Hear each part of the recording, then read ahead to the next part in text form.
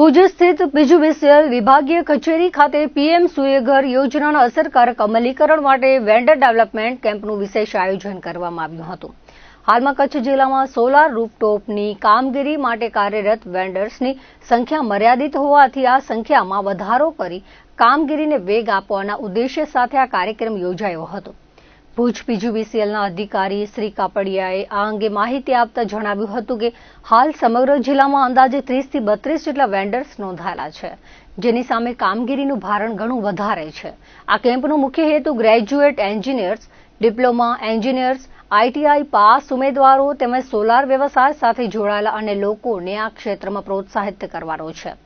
આ કાર્યક્રમ દરમિયાન ઉપસ્થિત ઉમેદવારોને પીજીવીસીએલના સત્તાવાર વેન્ડર બનવા માટેના નીતિ નિયમો અને રજીસ્ટ્રેશનની પ્રક્રિયા અંગે સવિસ્તાર માર્ગદર્શન પૂરું પાડવામાં આવ્યું હતું।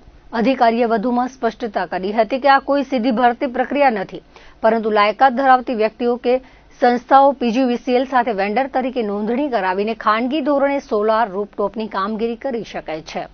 આ આયોજન દ્વારા સ્થાનિક સ્તરે રોજગારીની નવી તકોનું સર્જન થશે અને ભવિષ્યમાં ગ્રાહકોને સોલાર રૂફટોપની સુવિધા માટે વધુ વેન્ડર્સ ઉપલબ્ધ બનશે તેવી આશા વ્યક્ત કરવામાં આવી છે।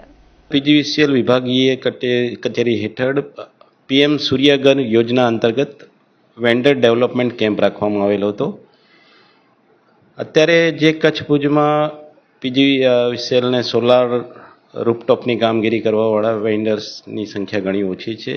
જે સંખ્યા વધારવા માટે સ્પેશિયલ આ કેમ્પનું આયોજન કરવામાં આવેલું હતું। આનાથી જે ગ્રેજ્યુએટ એન્જિનિયર્સ છે, ડિપ્લોમા એન્જિનિયર્સ છે, આઈટીઆઈ પાસ થયેલા જે ઉમેદવારો છે તથા અન્ય પણ જે સોલારના વ્યવસાય સાથે સંકળાયેલા હોય એ લોકો માટે એક આ સોલાર રૂફટોપની કામગીરી કરવાની ઉજ્જવળ તક મળી રહે ને રોજગારીની વધારે તકો ઊભી થાય એ માટે આજનો કાર્યક્રમ રાખવામાં આવેલો હતો।